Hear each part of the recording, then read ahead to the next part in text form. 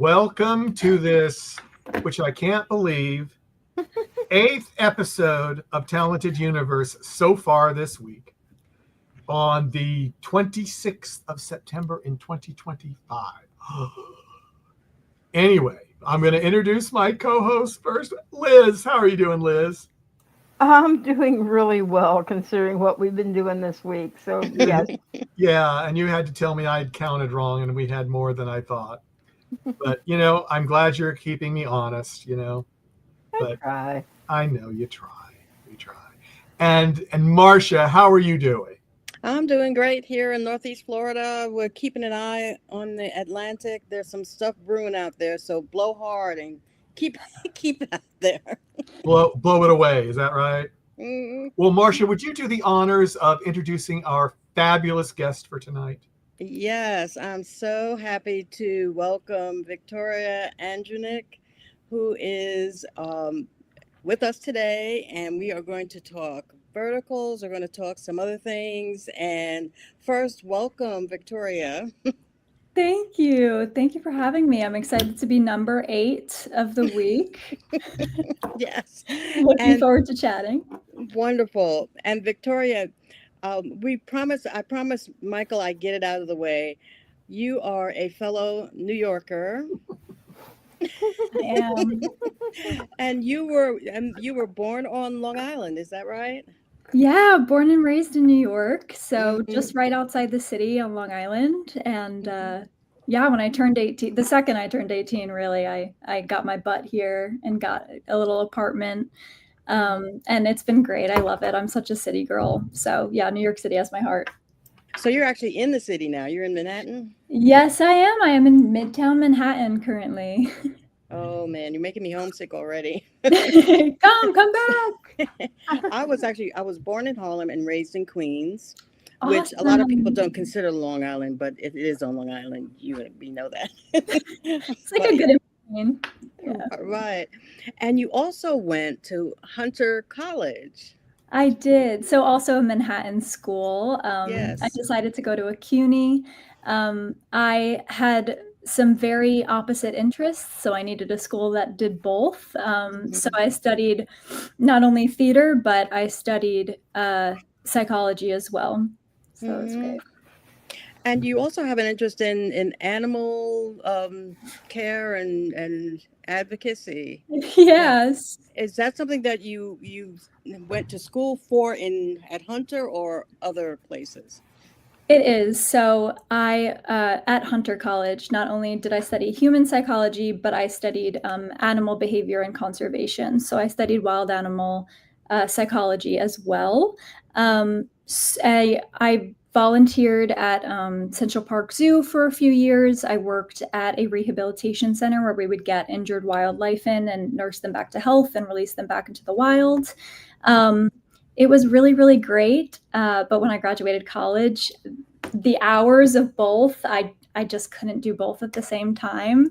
And so it still has a special place in my heart, and I would love to work with animals again, but hopefully down the line. Now, when we think of New York, we don't really think of wild animals. So how did that work? So many pigeons. So many pigeons. If you can imagine, maybe for like an hour or two a day, we would let them free fly around the center, and there were maybe like 100 of them.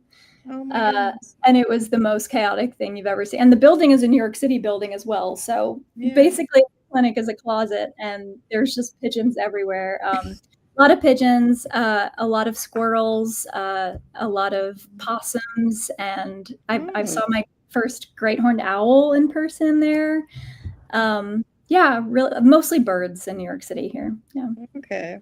And probably my last New York question for now is, are you a sports fan? Are you a... You know what? I love a Yankee game. I love a hot dog. I love a beer. And I'll have myself a great time watching the game. I don't follow sports though. Mm-hmm. Well, that's okay. I'm a Mets fan. Okay. But hey, Queens, I figured, yeah. Queens, my family are Mets fans as well. I hate to admit it, but no. I knew they had to be said there somewhere. Coming on, living on Long Island, I knew they had to be there somewhere. Those Long Island folks. Yeah. So let's dive into how you studied acting in school, and then I know you have done a lot of independent films, and one I saw that particularly interested me was Lovesick. Yes, good find. Was that done while you were in school, or? So yes, I grew up in theater, and I stopped doing that once I went to college. I found a love for film and television that I had never quite experienced before, and so I decided just to go all in on that. So for the first few years of college, I was just doing short film after short film after short film. And later in my college career, I booked Lovesick, which was a film that the team was based in Montclair, New Jersey. So we shot in New Jersey. I think it was 3 or 4 days. And it was a little zombie romantic comedy. I call it the Zomcom Rom-Drom. It was so much fun. And that was I think it was before I had my first experience with special effects in Hell House Origins, one of the first features I did. But Lovesick was definitely the most unique film I've ever done. And so to sit and watch the zombie makeup be done, and we had to kiss at the end of the film, and I would I would miss the part of his mouth and just right on the zombie face. I'm like, let's do that again. But absolutely right up my alley. I love anything scary and weird, and freaky. And it was so much fun. And that team, actually, I became really close with, and the DP of that film was just a DP on a film that I had written with my friends that I was just working on, called Sometimes Candles Burn. So I met a lot of my creative partners through that as well, which is really cool. Mm-hmm. And just for those who haven't seen it, can you give us a little synopsis of what Lovesick is about? A young lady who has, Yeah, absolutely. It's about this shy high school goth girl. Her best friend passes away, and that was her rock. And so she's left with her senior year. She's alone. She's an outcast, and she has a crush on the popular jock at her high school. And while visiting her friend's grave, she accidentally summons him back from the dead, and they go to prom together. And it's really fun. She kind of uses that to get with the jock, and he finds out, and there's a whole thing, and it's really, really fun. You can find it on YouTube, actually. Yeah. And the makeup is very scary. I wondered about how you dealt with that. A lot of prosthetic. It looked really, really cool in person. Yeah. Well, thank you. I'm going to pass it to. You wanted me to go to Liz? Liz, go to Liz. Yeah. Oh, the horror queen fanatic over here. You take my horror questions, Marcia. Seriously. She's done more, though. Please. But actually, we're going to kick you back a little bit. Then I'm actually going to touch on some of these things that Marcia had brought up. When you first started, you started acting very, very young. I believe your first feature film you did, you were 5. I was. How did you get into that?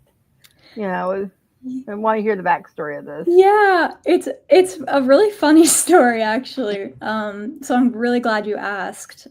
So growing up, I have an older sister who's 5 years older than me, who is my best friend in the world, and she was also pursuing acting. And so we were doing theater together, and she had a manager, and so my mom was taking her to audition for these roles.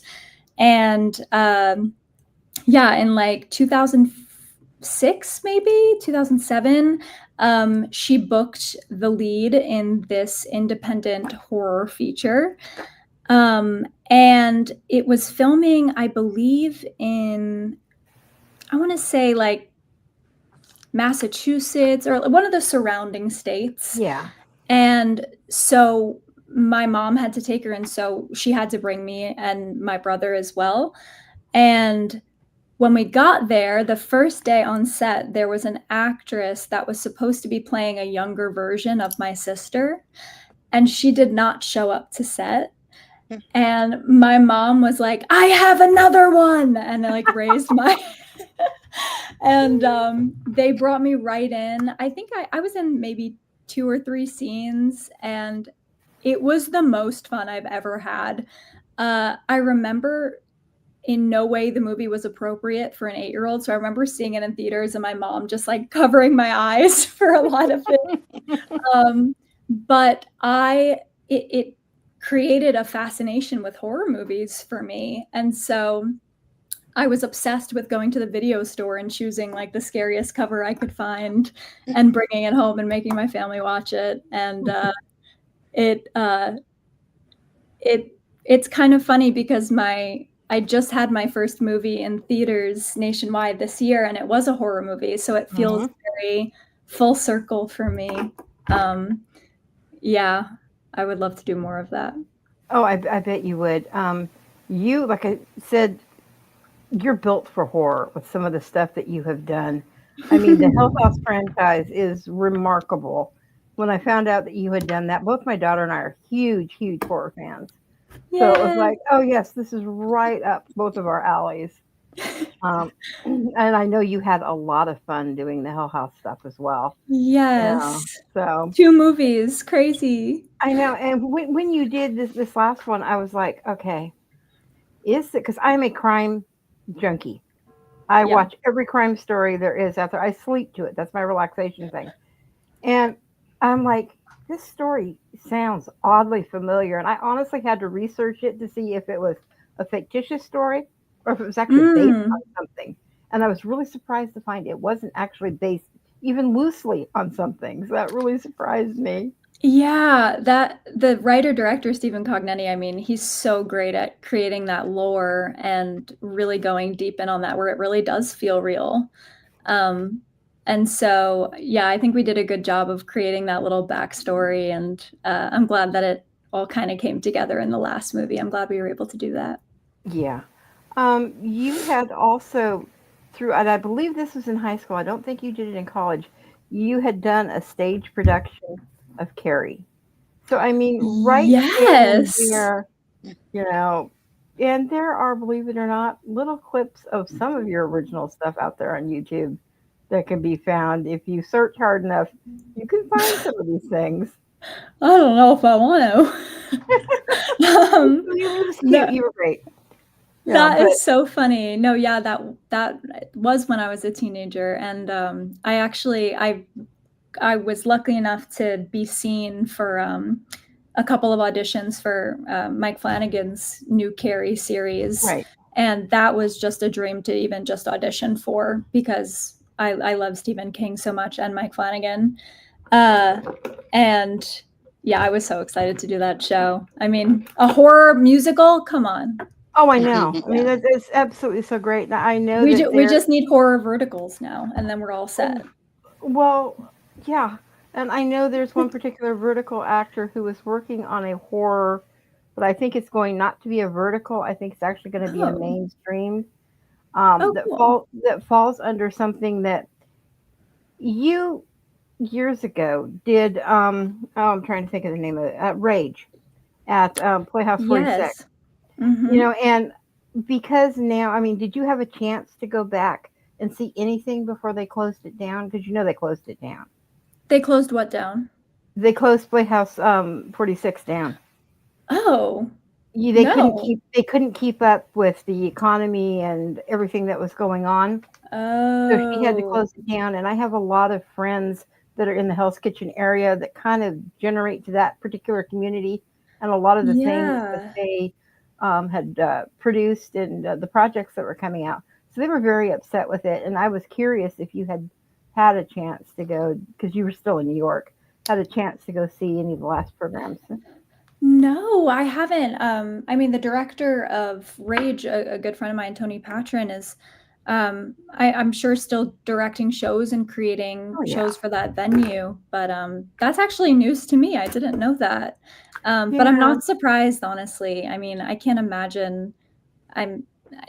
There's so much theater in New York City. I can't imagine how much that rent was. And oh yeah, even though it was subcontracted out within the church itself is its own little thing. Right. They were sharing a lot of stuff between the soup kitchen and other things that the church was doing as an outreach, as well as, the stage and play production. Yeah. I really loved that venue too. It was really nice. No, I agree. And I think they shut it down this January, unfortunately. Oh, wow. So, yeah. Yeah, not so soon after. Yeah. But one question I was hoping Marcia did not get to, because she is a huge Mermaids fan.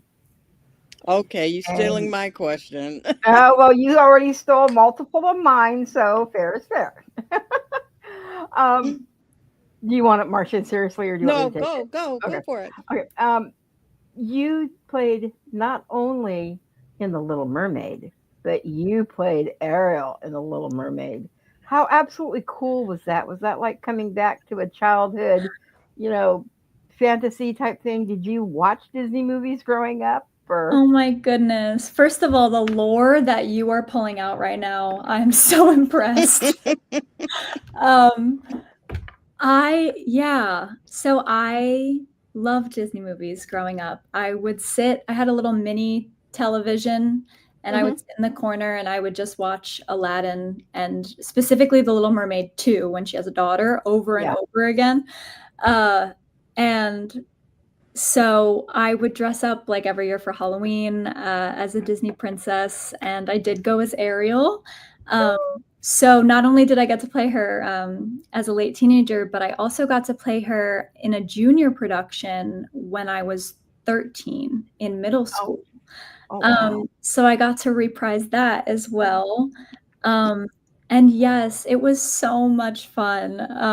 That was the last musical theater show I did.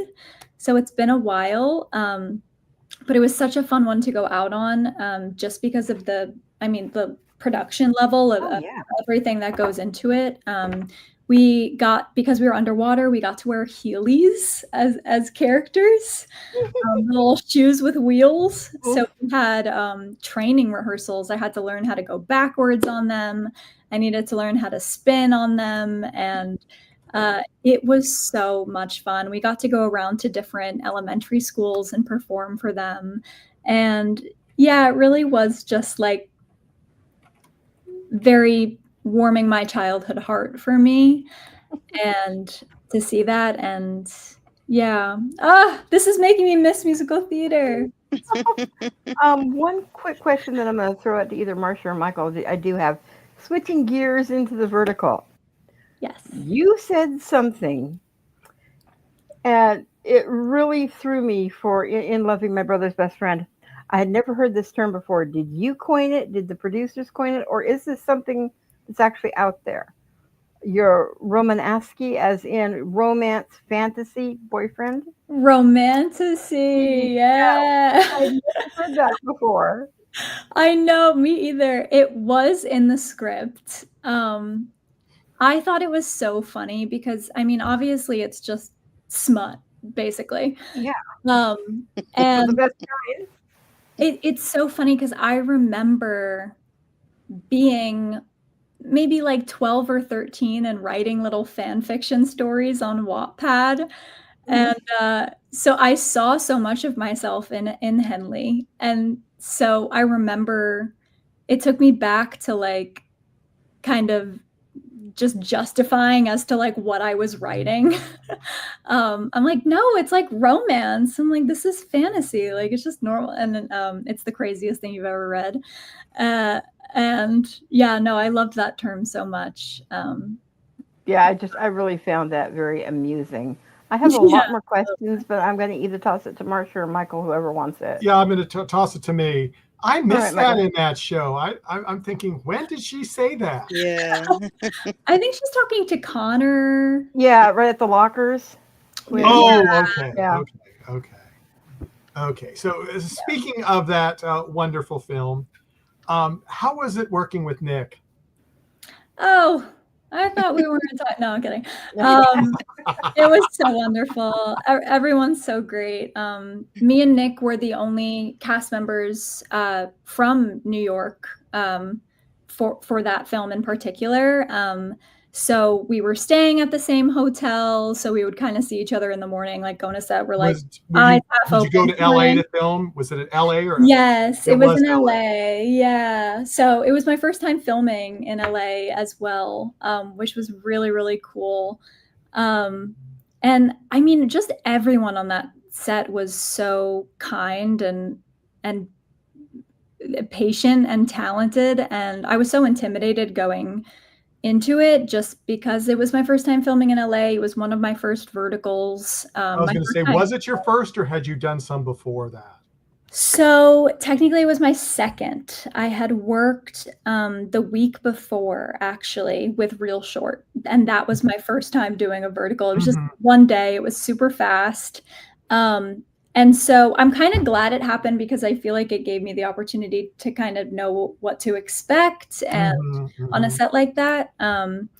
But I mean, just the second I got there, it was like, go, go, go. I think I got on the plane and we got emailed a new version of the script. So I remember literally just trying to get memorized on whatever scene we were filming next rather than thinking like 3-4 days in advance. Because I think the casting process was pretty quick too. So I had about a week to prepare for the entire thing. And then they changed it. Yeah, thankfully not too much, but enough where I, had to go back into my script and make changes. And it's funny, I had the script open. I was working on it on the plane, and the guy next to me also takes out a script, and I just see it at the corner of my eye. I don't think anything about it. And we land, and he takes out his headphones and turns to me, and he's like, "You filming a vertical too?" I was like, how do you know that? Everyone's doing it. That wasn't Nick, was it? It wasn't. No. It was somebody else. Just totally somebody else.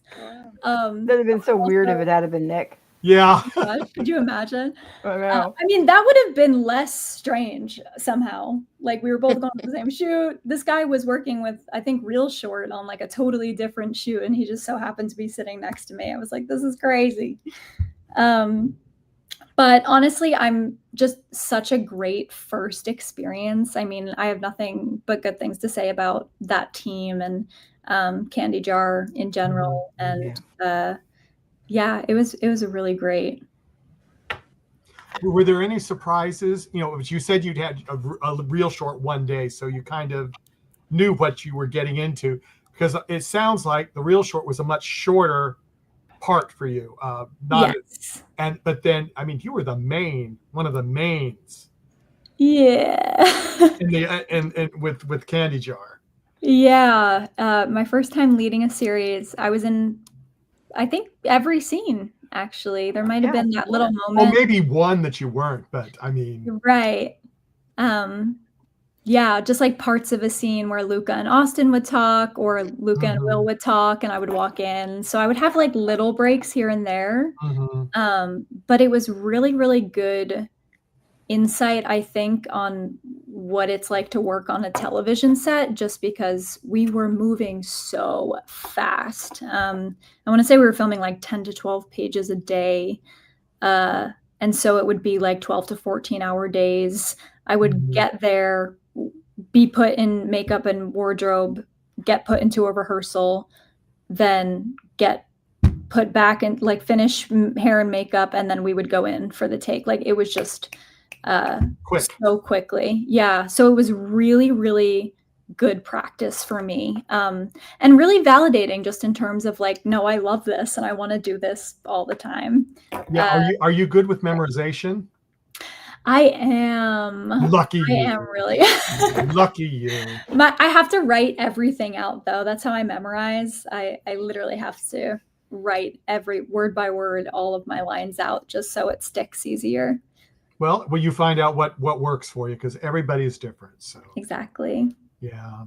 Well, I will throw it over to Marcia. Well, thank you. I caught it. Yes. Well, I'm glad you did, and don't lose it. Don't lose it. Continuing with Loving My Brother's Best Friend, when we had Nick on, I remember watching it for the first time, and I told Nick, well, when the first scene, we really saw you. Oh yeah.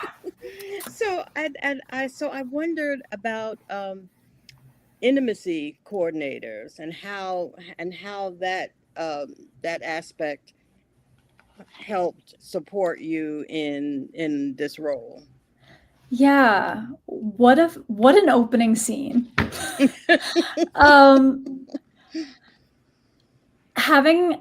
First of all, our intimacy coordinator was so incredible. Sasha, she has an incredible resume. She is so talented. She is one of the kindest people you will ever meet. This was my first time doing intimacy in this way. I've kissed on camera and stuff like that, but nothing ever like this. And so I was pretty intimidated going into it. But I remember even before even getting to set the first day, Sasha gave me, I think it was a scene-by-scene breakdown of all of the scenes that include intimacy, what happens in that scene, what the shot is, what garments we would be needing and what that would require, who would be in the room. And I don't even think that I realized how important an intimacy coordinator is until I was experiencing that level of intimacy on camera.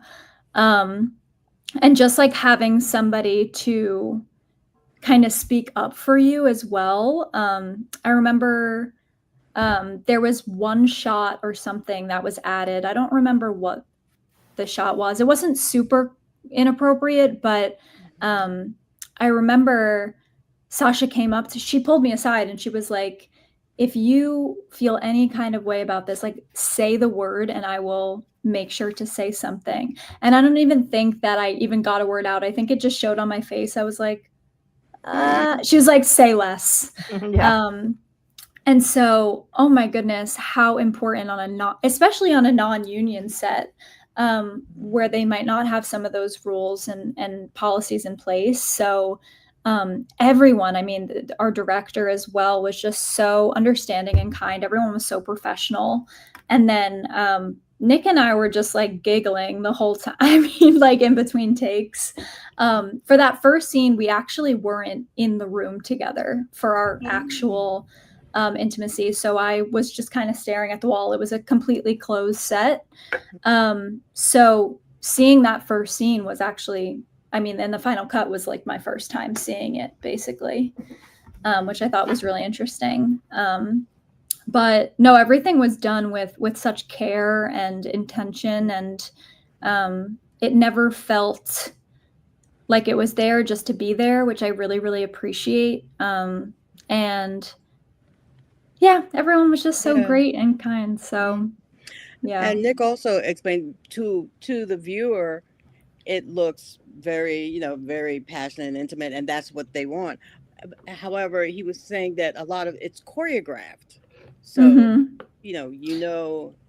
it's sort of like a dance in a way. Yes. Yeah. There were a couple times. Yeah. Because you would have to turn your head a certain way if the camera was on this side, or if it was on this side, you would have to turn a certain way. And so I think there were a couple moments where like both of our heads would just go like one way and we're like, oh, sorry.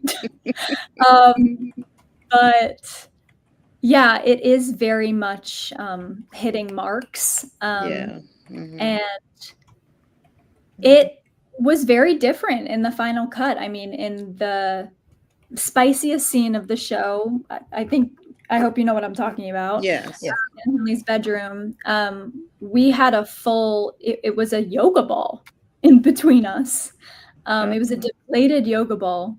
And so just the way that they hit it, and it you can't even tell. And movie magic. Movie magic, exactly. Yeah, exactly. The little tricks of the trade that we never see. Yeah. Yeah, but you can't help but laugh. I mean, when you're like sitting in a yoga ball. Yeah. So at the end, and I've been reading the fan comments and whatnot. People are asking for a sequel. Have you heard? And one of those people is me. No, I haven't heard anything about a sequel. I don't know how Candy Jar really decides what gets sequels, and I don't know if that's something that's predetermined or if it's how well it does. I'm not totally sure. But I mean, I would do a feature film with that cast. It was so much fun. I would absolutely be open to a sequel. I could totally see them following Luca and Henley into college. Yeah, that'd be fun. I think that the book, in the original book, it jumps in time from high school to when they're adults. So I feel like that space in between is very flexible to work with. And even the author of the book, after our series came out, was like, this makes me want to write a sequel. So I would love to see that. Candy Jar, you have my contact information. Loving my other brother's best friend.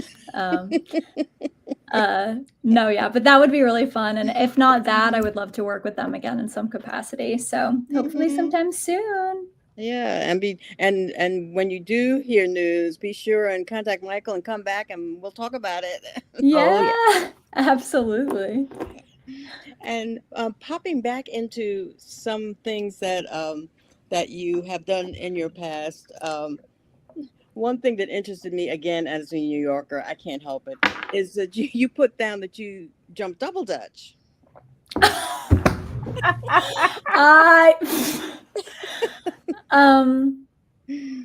As a child with undiagnosed ADHD, I loved jumping rope, and I would sit and watch. I would make my mom watch me. I would just be like, watch me jump. And I would sit there for hours and just double dutch and just jump. And they called me Tigger in my family when I was little, literally, because I was just like hopping around all the time. And so, yeah, I haven't been able to use that skill yet, but I'm waiting. And so I just leave it on my resume. Like, if anyone needs me to double a vertical that does like a championship double dutch jump roping thing, and you're the main leading star, that'd be cool. Exactly. Or Henley picks it up. Exactly. You injured your ankle, and it's the recovery process and the stress of your boyfriend. Yeah, exactly. I might write this myself. And double dutch is kind of it's kind of a not a lost art, but it's such a safe thing, because I remember doing double dutch. Well, that's the rope. You take the rope and you go outside on the stoop, and and you jump double dutch, and that is, I was happy to see that. Yes. Yeah. Well, one thing too that I actually recently just put on my resume is I've been taking combat classes for camera in the city. And then for Loving My Brother's Best Friend, I finally got to put that into play, which was really, really fun. And yeah, the jump roping and the hula hooping. I loved it. Bring it back. So hula hooping. Now, how skilled are you in hula hoop? What's some of your tricks? What's your favorite trick to do? Listen, I haven't picked up a hula hoop in God knows how long, but I feel like it's like riding a bike. Like, it would come right back to me. I think so. I don't even think that I knew any tricks. I think I could just do it for a really long time. Well, just doing a hula hoop now is a skill. Yeah. Oh my God, it's like an art in itself. Right. And there's another New York thing I saw, that you were a stand-in on Saturday Night Live for. Yeah. That is so very cool. I cannot tell you. It is a dream and a half being on those stages and just surrounded by those people. Again, as a New Yorker, like I would watch it every week. It's really just a dream and a half, and just to be like walking those halls is like a bucket list item for me. So yeah, season 50, last season I got I got to be in some really cool sketches. Oh my gosh. And yeah, I got to be doubled for Scarlett Johansson in the finale. Oh. And I doubled for Charlie XCX when she was on as a host too. And both of them were just so sweet. And it was just really, it's cool working with that cast and stuff. That is, that being on a Saturday Night Live, even in the audience, is something that is so special. I never got the chance to do that while an audience was there. I tell people, you know, most people in New York, you take a theater class or an acting class just because the opportunities are there and it's fun. So I did do a people behind the camera. And so we got to go to studios like the soap opera studios and see and the news stations and the talk shows and things like that. So to be actually on the set and be a part of what brings that show to us, way cool. Like just such a dream. I know. I remember when I first moved to the city, I went on as an audience member. Like I went and saw The View in an episode, and but then getting brought into Saturday Night Live, I think I started as like a background, and then they started using me as a stand-in and bringing me back. And so, I mean, it's just such a cool opportunity. I feel like stand-ins don't get a lot of credit, but I get to work so up close with the cast, and I get to act with some of them. And when they don't use me as a stand-in, sometimes they'll just put me in a sketch. And so I got to be in like the Gladiator musical sketch with Paul Mescal, and everyone on that set is just so, I mean, it is like a lesson watching it. These people are so talented at what they do. And yeah, it makes me fangirly. So has that led you into possibly doing more comedy? I've been more open to it. I've been doing a lot of like horror comedy recently. And then the film I co-created with some of my friends from Hell House actually ended up being a dramedy. And so it was cool to start in a horror genre and then use those skills and transition into like a less serious kind of project. But it was a lot of fun. It keeps you on your toes. And I'm definitely more open to it. I've never done sketch comedy, but I mean, I would love to try. I can't imagine. I give them so much credit. Okay. Liz or Michael, where do you want me to go? Go to Liz and then go to me. Okay. Just touching a little bit on what Marcia had said earlier, you had graduated summa cum laude from Hunter College, but you did it in psychology, which I find very unique because of your love of horror, you're either using it to get background research, to write other things, or fill in for like a backstory for a character, or you're learning how to decompress after all this stuff. But do you actually, use some of these methods that you were taught to build into your characters? I do. I think that it's so important just to give your character some backstory and raise the stakes a little. I think it translates so much on a camera. I mean, I will never forget my mentor calls the camera a lie detector. So you'll know if you're lying. And so I really do my best to, use my training and my knowledge to give the best representation of my characters. I always want to be honest. I always want to be accurate. And so Hell House, for example, Margaret was maybe in 1 or 2 scenes. Yeah. But it was the 1980s. It was found footage, so unlike anything I've ever shot before. And so I thought it was important to go back, and I found a bunch of like 80s home videos from teenage girls growing up, and they're getting ready in their rooms, and just to kind of get a glimpse into their lives and their intentions and what makes them happy and like keeps them entertained really does help so much.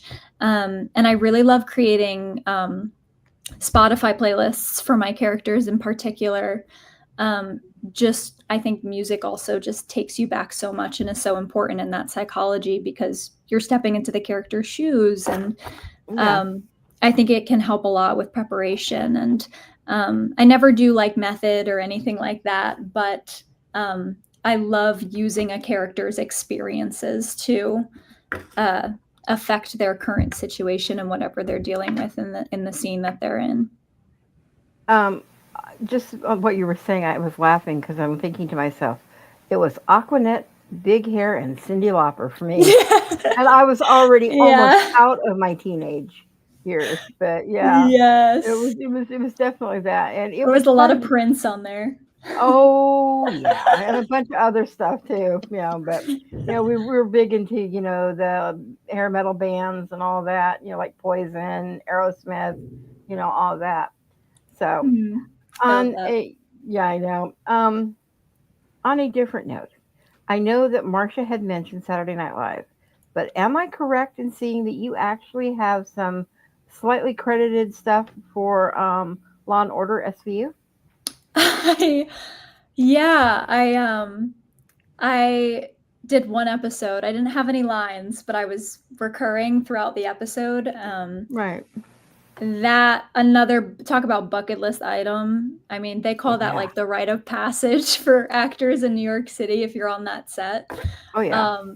And I love SVU. I was obsessed with it as a teenager. I mean, I would just sit and watch reruns. And so when I finally got the opportunity to go on, it was just like unreal. I remember in 2018 or something, I ran into a production vehicle for SVU, and the driver must have seen me do like a double take and get like really excited. And so he like called me over and gave me like the production vehicle sign, and I took a picture with it.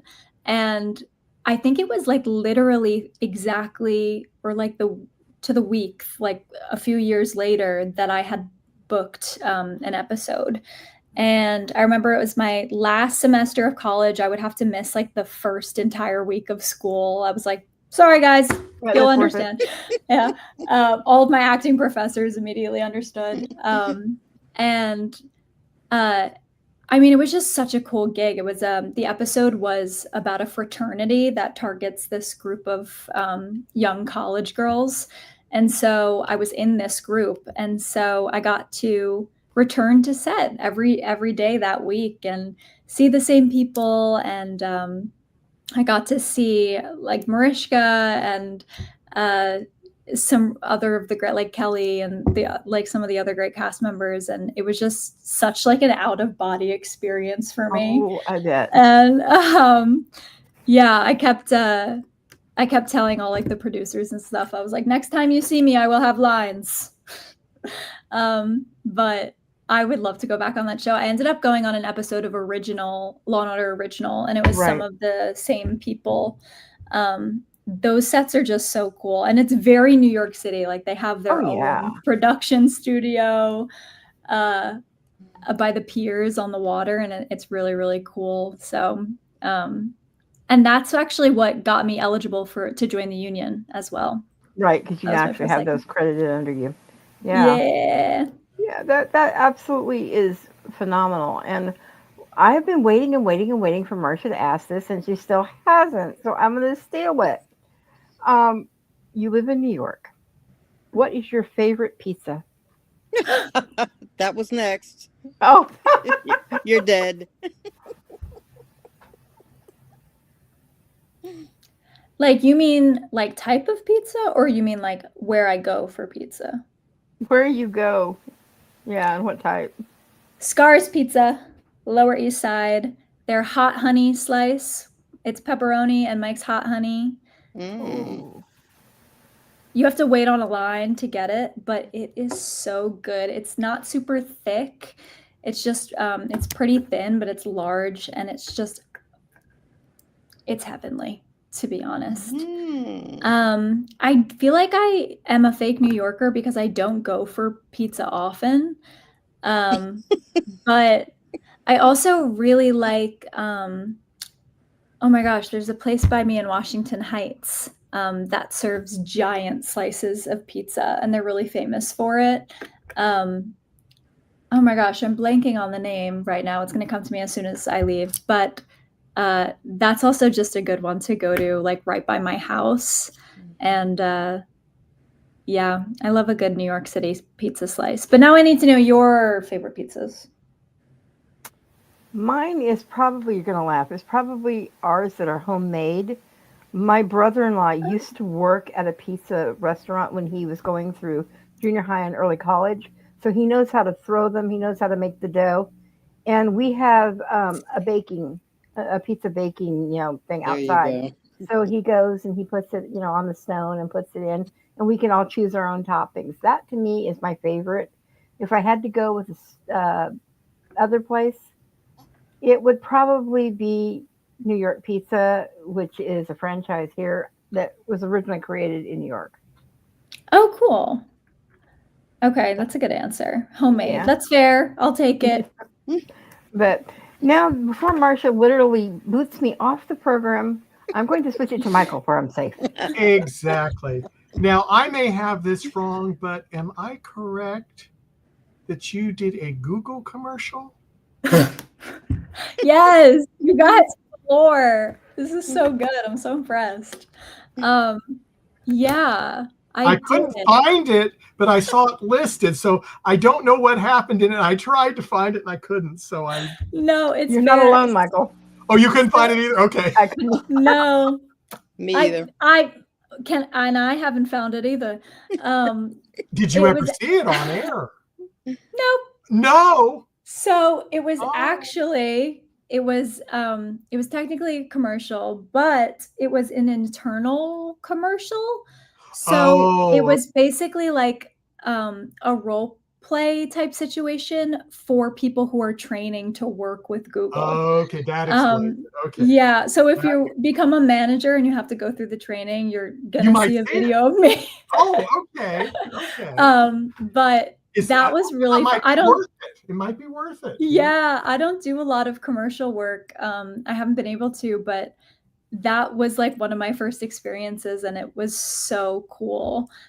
We shot in their like home studio that they have on the Upper West Side, and it was just a gorgeous space. And they really pump stuff out over there. It seemed like they have the same kind of team. And it's funny because one of the reasons that I got cast is because the casting director worked at a company at like where my day job is. So in between gigs, I work as like a fancy receptionist in the city, and I work for a lot of different companies. And the casting director just so happened to work at one of those companies. And so when my audition got sent in, he was like, I know her, unconsciously. So just a great example of how putting yourself out there and meeting people can get you literally get you a job. But just such a fun experience. And I would love to work with that team again. And I think that was my first commercial as well. So it would, I mean, that script work is so different than a film. Yeah. So yeah, absolutely. Absolutely. Even though I was still playing a character. Yeah, but still it's well, that explains why I couldn't find it. So I guess I'm going to have to apply for Google Management or something like that. One of us will have to do it for the team. Yeah, for the team. Yeah. But if I find it though, you're getting it. You're the first one. Good. Cool. Now, let's go our last round. Start with Marcia, because I can't believe what time it is, and it's like, oh, I know it's been going fast. We're yapping. Well, let's do one more. Sarah Bareilles and her show Girls5eva. Yeah. And she, of course, another role that she did the live version of Jesus Christ Superstar, which I adore. It was so good. Yeah. And so you had a chance to be on set there, I understand. Yeah. So also just got really something that I just got really lucky with. I was originally cast as background for that episode. And about 3 days before I went on the set, no. Oh my gosh, wait, this is a crazy story. So I like a week before I was supposed to go on set, I got a call from the casting company, and they were basically like, hi, so I know we cast you as, I don't even know what it was. It was like singing girl number 3. We actually, the director picture picked you, and she wants to see your work because we want to give you a named character role.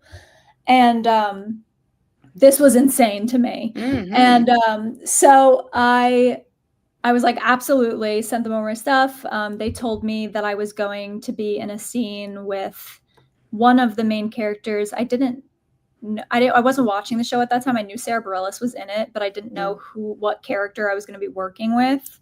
And then I think a few days before I was supposed to get to set and film, they ended up giving me like a fitting rehearsal to the studio. So I had to leave my day job, go to a studio in Queens and, get fitted for my costume, take a COVID test before I got on set. And then I left and went back to work. And as soon as I got back to my day job, I got a call from the casting company, and they were like, actually, they're going to film it right now. Oh, wow. And so they bussed me back I had to leave work again, and they bussed me back to Queens. Then I had to go get another COVID test, a rapid COVID test in Manhattan, and then go back to Queens. They immediately changed me, and then they threw me in the rehearsal room with the director. And that actually was my first experience on a big television set. And so I remember being very humbled very quickly, because I think the director walked over and was like, you, whatever your name is, over here. I was like, okay. And then they were just like, okay, we're bringing first team in. And then I remember it was just like chaos, and Sarah Bareilles walked in, and I was like, where am I? What's happening? They gave me some notes, and I just remember leaving and feeling like whiplash. Like I was just like, is this what the television industry is like? And it is. And so I feel like it was a really great first experience. It was a lot. But I think that it was like I said, like humbling in a way, because I was like, oh no, this is realistic, and this is what I need to expect from this industry, and I need to be on my toes. But oh my gosh, what a dream to be on that show. And Sarah Bareilles was so nice. And I was a big fan of her growing up too. Yes. So yeah. Yes. Wow. What experiences you're already having. You have to come back and yeah, no, absolutely. And one last thing before I go, of course, thank you for being here with us. Time has flown. And I have created a tiny mermaid that is a Mets fan. She follows the Mets. So I'm going to have to send that to you so you can show your parents. You don't have to look at it if you don't want to. Absolutely. I would love it. I would love it. I'll send it. No, my family would love it too.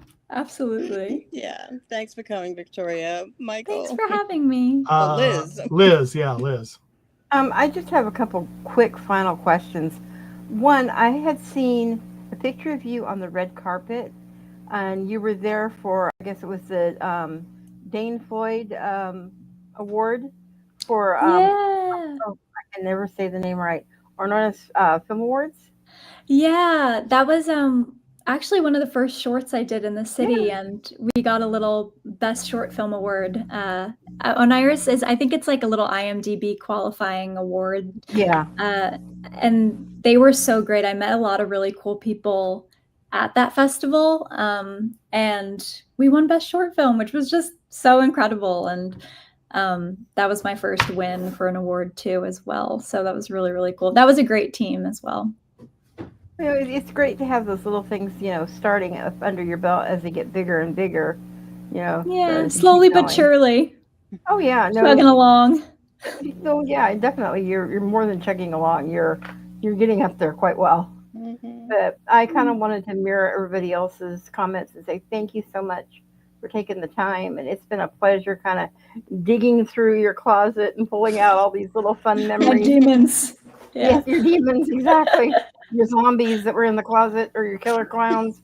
My mermaids. Yep. So thank you again. I love it. Thank you for your very thoughtful questions. I really, really appreciate you inviting me on. Well, you were our pleasure.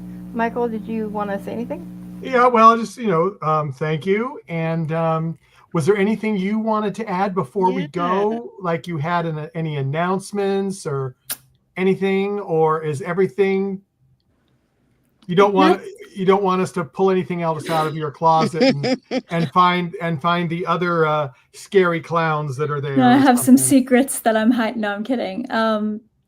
Just I have a lot of projects coming out really soon. So if you want to see those, you can follow me on Instagram. I'm most active on there. I co-created a film called Sometimes Candles Burn. It's the first film that I've kind of worked on, and hopefully that'll be coming out soon. So that Instagram is Sometimes Candles Burn. That'll be a little short film. And my website as well. It's just my first and last name. Yeah, I've got them go scrolling down at the bottom, and they're also on our webpage. So if you can't pick them up there, you can pick them up on our webpage, ndbmedia.net. So everyone, thank you for coming. Number 8 this week. Whoop, whoop. Talk to you later. Bye-bye, everyone.